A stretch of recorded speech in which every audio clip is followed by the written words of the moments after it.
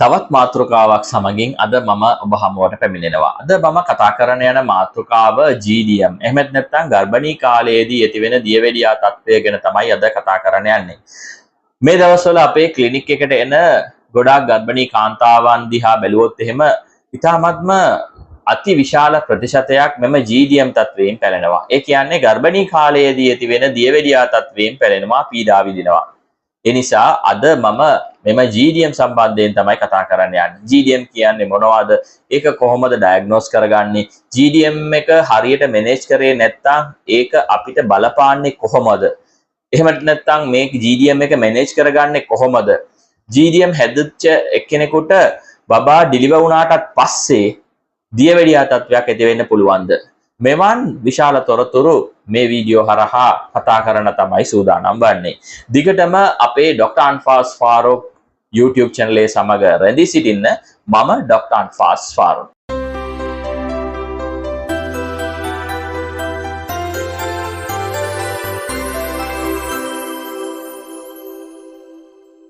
මුලින්ම අපි GDM කියන්නේ මොකක්ද කියලා බලමු. GDM කියන්නේ අනිත් දියවැඩියා තත්ත්වයට වඩා වෙනස් එකක්. මේක ගර්භණී කාලයේදී ඇතිවෙන දියවැඩියා තත්ත්වය නිසා තමයි gestational diabetes mellitus එහෙම නැත්නම් ගර්භණී කාලයේදී ඇතිවෙන දියවැඩියා තත්ත්වය කියලා කියන්නේ. අනිකුත් දියවැඩියා තත්ත්වය කියලා බැලුවොත් එහෙම ඒක දිගු කාලීන රෝගයක් කියලා තමයි සඳහන් වෙන්නේ. ඔබට ගර්භණී අවධියේදී දෙවෙනි භාගයේදී මෙම දියවැඩියා තත්ත්වය ඇති වුණොත් තමයි මේකට gestational diabetes mellitus එහෙම නැත්නම් GDM කියලා කියන්නේ. මුල් අවධියේදී මුල් භාගයේදී මෙම දියවැඩියා තත්ත්වයක් වුණොත් ඒක ගොඩාක් වෙලාවට GDM නොවෙන්නට පුළුවන්. මක්නිසාද මුල් අවධියේදී ඇති වුණොත් එහෙම ඒක දිගු කාලීන දියවැඩියා තත්ත්වයක් වෙන්න පුළුවන්. ඒ කියන්නේ ඔබට කලින්ම දියවැඩියා තත්ත්වයක් තිබිලා දැන් ගර්භණී කාලයේදී දියවැඩියා තත්ත්වය ඔබ හොයාගෙන තියෙන්නට පුළුවන්. ඒ නිසා දෙවෙනි භාගයේදී දියවැඩියා තත්ත්වය එහෙම නැත්නම් රුධිරයේ සීනි මට්ටම වැඩි වුණොත් තමයි අපි GDM කියලා සඳහන් කරන්නේ. ඒත් GDM කොහොමද ඇති වෙන්නේ? ඒකට අපේ ඇඟේ ඉන්සුලින් නිපද වෙනවා. ඒකට මෙම ඉන්සුලින් ප්‍රමාණයට මෙම ඉන්සුලින් වලට අපේ ඇඟ රියැක්ට් කරන ප්‍රමාණය අඩු වෙනකොට අපේ ඇඟේ ලේවල තියෙන සීනි මට්ටම වැඩි වෙන්න පුළුවන්. ඒ නිසා දියවැඩියා තත්ත්වයක් ඇති වෙන්න පුළුවන්. එහෙම නැත්නම් එංගෙන් නිපද වෙන ඉන්සුලින් ප්‍රමාණය අඩු වෙන්නට පුළුවන්. එතකොට මෙවන් හේතු කාරණා නිසා රුධිරයේ තියෙන සීනි මට්ටම වැඩි වෙන්නට පුළුවන්. මෙය තමයි අපි GDM එහෙම නැත්නම් ගර්භණී කාලයේදී ඇති වෙන දියවැඩියා තත්ත්වය කියලා කියන්නේ. මම කලිනුත් කිව්වා මේක දෙවෙනි භාගයේදී. ඒ කියන්නේ සති 20ටත් පස්සේ මෙම දියවැඩියා තත්ත්වය ඇති වුණොත් තමයි අපි මේකට ගර්භණී කාලයේදී ඇති වෙන දියවැඩියා තත්ත්වය එහෙම නැත්නම් GDM කියලා සඳහන් කරන්නේ. එතකොට GDM කාටද ඇති වෙන්න පුළුවන්? ඔබ තරබාරුයි නම්, බර වැඩි නම්, ඔබීස් නම්, කියන්නේ BMI අගය 25ට වඩා වැඩි නම් ඔබ රිස්ක් කැටගරි එකේ තමයි ඉන්නේ. ඒ වගේම තමයි ඔබට PCOS තියෙනවා නම් ඔබටත් අවස්ථාවක් තියෙනවා GDM ඇති වෙන්න. ඒ වගේම ඔබ මීට කලින් කිලෝ 4ටත් වඩා වැඩි බබෙක් ඔබ ඩිලිවර් කරලා තිබ්බනම්, එහෙම නැත්නම් ඔබට කලින් ප්‍රෙග්නන්සි එකේ දියවැඩියා තත්ත්වයක් තිබ්බනම්, ගර්භණී කාලයේදී ඇති වෙන දියවැඩියා තත්ත්වයක් තිබ්බනම්, මේ ප්‍රෙග්නන්සි එකේදීත් ඔබට මෙම ගර්භණී කාලයේදී ඇති වෙන මෙම GDM තත්ත්වය ඇති වෙන්නට පුළුවන්. ඒ වගේම තමයි ඔබේ පවුලේ දියවැඩියා තත්ත්වය ජෙනටිකලි තියෙන කෙනෙක් නම් ඔබටත් මෙම ගර්භණී කාලයේදී ඇති වෙන GDM තත්ත්වයක් උදා වෙන්නට අවස්ථාවක් තියෙනවා. ඒ නිසා මෙවන් හයි රිස්ක් කැටගරි මෙම ගෲප් වල ඉන්න කට්ටිය අනිවාර්යයෙන් මේ සම්බන්ධයෙන් දැනුවත් වෙලා තියෙන්න ඕනේ.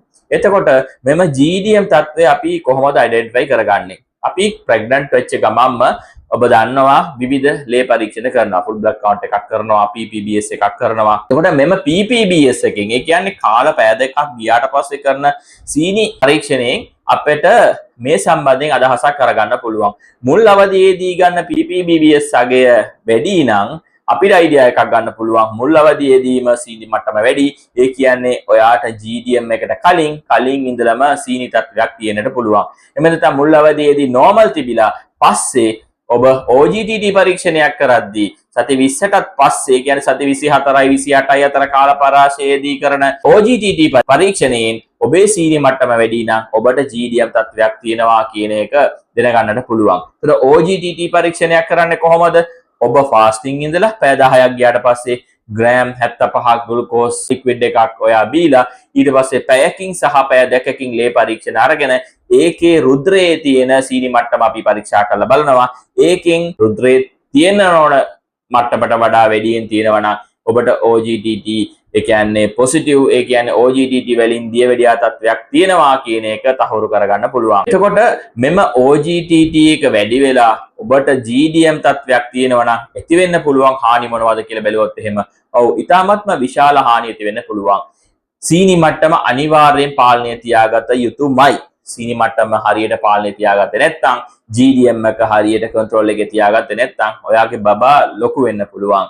මැක්‍රොසෝමික් බබෙක් එහෙමත් නැත්නම් ලොකු බබෙක් වෙන්න පුළුවන්. එතකොට බබාගේ වර්ධනය ඉතාමත්ම වැඩි වෙන්න පුළුවන්. පොලිහයිඩ්‍රම්නියෝසිස් එහෙමත් නැත්නම් බඩ ඇතුලේ බබා වටේ වතුර ප්‍රමාණය වැඩි වෙන්නට පුළුවන්. ඒ වගේම බබාගේ හાર્ට් එකේ වර්ධනයට මෙය බලපාන්නට පුළුවන්. ඒ වගේම තමයි ඉන්ට්‍රායුටරයින් ඩෙත් කියලා කියන ඔබ දන්නේවත් නැතුව බඩ ඇතුළදීම සමහර බබාලා නැති වෙනවා. සමහර බබාලගේ හાર્ට් එක වැඩ කරන එක නතර වෙනවා බඩ ඇතුළේදීම.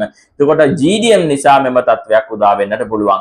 ඒ වගේම තමයි GDM තත්වයක් තියෙන කෙනෙකුට බබා ඩිලිවර් කරාටත් පස්සේ ඒ බබාගේ සීනි මට්ටම ඉතාමත්ම අඩු වෙන්නට පුළුවන්. ඒ නිසා ඒ බබාගේ මොළේ වර්ධනයට ඉතාමත්ම හානියක් ඇති වෙන්න පුළුවන් අවස්ථාවකුත් තියෙනවා. ඒ වගේම ඔබට GDM තියෙනවා නම් සමහර අයට සමහර කාන්තාවන්ට ඒක දිගු කාලීන දියවැඩියා තත්වයක් දක්වා පරිවර්තනය වෙන්නත් පුළුවන් කියන එක අනිවාර්යෙන් මතක තබා ගත යුතුයි. ඒ නිසා ඔබගේ සීනි මට්ටම ගැන ඔබ අනිවාර්යෙන් සිටින්න, විශේෂයෙන්ම ගර්භණී කාලයේදී මේ සම්බන්ධයෙන් අවධානයෙන් සිටින්න ඕනේ කියන ඉල්ලීමත් අපි කරන්නට කැමතියි. එතකොට මේක මැනේජ් කරගන්නේ කොහොමද? අපි ක්ලිනික් වල සාමාන්‍යයෙන් ඔබ දන්නවා ඇති අපි මැනේජ් කරන ක්‍රම තියෙනවා. කියන්නේ මෙඩිකල් නියුට්‍රිෂන් තෙරපි කියලා කියනවා. එතකොට මුල් අවධියේදී අපි ඩයට් ඇඩ්වයිස් එකක් දීලා ඒ කියන්නේ හරි විදිහට කෑම කන්න ඕනේ. එතකොට සමබර ආහාර වේලක් අරගන්න ඕනේ. කාබෝහයිඩ්‍රේට් අරගන්න ප්‍රමාණය අඩු කරගන්න ඕනේ. අනවශ්‍ය සීනි අඩු කරගන්න ඕනේ. සීනි නවත්තන්න ඕනේ. එතකොට සීනි කන එක අඩු කරලා කාබෝහයිඩ්‍රේට් අරගන්න ප්‍රමාණය අඩු කරන එකෙන් ඔබට යම් තාක් දුරකට මෙම සීනි පාලනය අරගන්නට පුළුවන්. ඊටාත්ම ෂෝට් මීල්ස් ඒ කියන්නේ පොඩි පොඩි ප්‍රමාණවත් ඊටාත්ම ස්ලෝලි ඔබ කෑම අරගන්න එකනොත් මේ සීනි පාලනය කරගන්න අවස්ථාවක් උදා වෙනවා. ඒ වගේම තමයි ව්‍යායාම් කරන එක. ගර්භණී කාලයේදී ඊටාත්ම දරුණු ස්ට්‍රෙනර්ස් එක්සර්සයිසස් කරගන්න බෑ. සාමාන්‍ය ව්‍යායාම් කරන්න පුළුවන්. ඒ කියන්නේ විනාඩි 30ක් විතර පොඩි වොක් එකක් දාන එක. එතකොට එවිදන් යන එක මේ මගින් මෙම සීනි පාලනයකට ඔබට අවස්ථාවක් උදා වෙනවා. ඊට පස්සේ තමයි අපිට තියෙන්නේ මෙඩිකල් තෙරපි. ඒ කියන්නේ ඔබට පැති මාර්ගයේ මේක කන්ට්‍රෝල් කරගන්න පුළුවන්. මෙට්ෆෝමින් වගේ ප්‍රති ලබා දෙනවා. එතකොට මේකෙන් ඔයාලට පාලනය කරගන්න පුළුවන්. ඒකටත් පාලනය වෙන්නේ නැත්නම් ડોක්ටර්ස්ලා ඔයාලට ඉන්සුලින් ප්‍රස්ක්‍රයිබ් කරන්න පුළුවන්. එතකොට ඉන්සුලින් ඔබට පිටින් ලබා දීමෙනුත් මෙම සීනි මට්ටම කන්ට්‍රෝල් කරගන්නත් පුළුවන්. ඊට පස්සේ මේ මැනේජ්මන්ට් එකේ තාමත් වැදගත් දේ තමයි ඔබ දිගටම සීනි මට්ටම ගැන අවධානය සිටින්නට ඕනේ. ડોක්ටර්ස්ලා ක්ලිනික් එකේ කියලා දෙනවා නම් ගෙදරදී සීනි මට්ටම පරීක්ෂා කරලා බලලා එන්න කියලා අනිවාර්යෙන් මේ ගැන අවධානය සිටින්නට ඕනේ. මොකද සීනි මට්ටම හරියට පාලනය තියාගත්තේ නැති වුණොත් ඔබට දිගු කාලීන ප්‍රශ්න වලට මුහුණ දෙන්න පුළුවන්. මොකද බබාගේ වර්ධනයේ ප්‍රශ්නයක් ඇති වෙන්න පුළුවන්. බබාගේ හાર્ට් එක නවතින්නත් පුළුවන්.